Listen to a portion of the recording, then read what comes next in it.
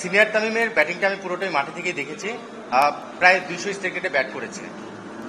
Senior প্লেয়াররা কিভাবে ইনিংসটাকে build করে কিভাবে সেটাকে ফিনিশ করতে হয় সেই জিনিসটা আজকে তামিমের ব্যাটিং আমরা দেখেছি।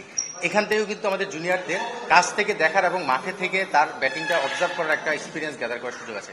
সো আমার মনে হয় যে ব্যাটিং সবসময় টি-20 ক্রিকেট আমরা মনে করি পাওয়ার হিটিং অবশ্যই দরকার। তার সঙ্গে কিভাবে ব্যালেন্স ঠিক রেখে শেপ ঠিক রেখে শটস খেলা যায়, তামিমের ডাউন উইকেট শটগুলো দেখলেই বোঝা যায়।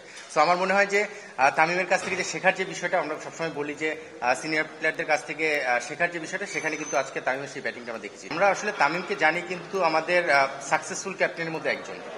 সেই তামিম যখন মাঠে থাকছে, ক্যাপ্টেন্সি হয়তো করছে না, বাট গতকালকে আমরা আমাদের মেইন মাঠে খেলায় দেখেছি তামিম কিন্তু একটা সময় রাব্বিকে বলছিল, সে ফাইনালি ফিল্ডিংয়ে ছিল, ডিপ মিড উইকেট নিচ্ছিল ইয়াসির রাব্বি।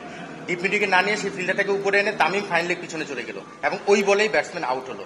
এই যে এক্সপিরিয়েন্সটা এবং ব্যাটসম্যান রিড করে যে কি করা উচিত, এই এক্সপিরিয়েন্সগুলো কিন্তু ক্যাপ্টেন এবং প্লেয়ার স্পেশালি বলাররা শিখছে যে এই সিচুয়েশনে আমার এটা করা উচিত।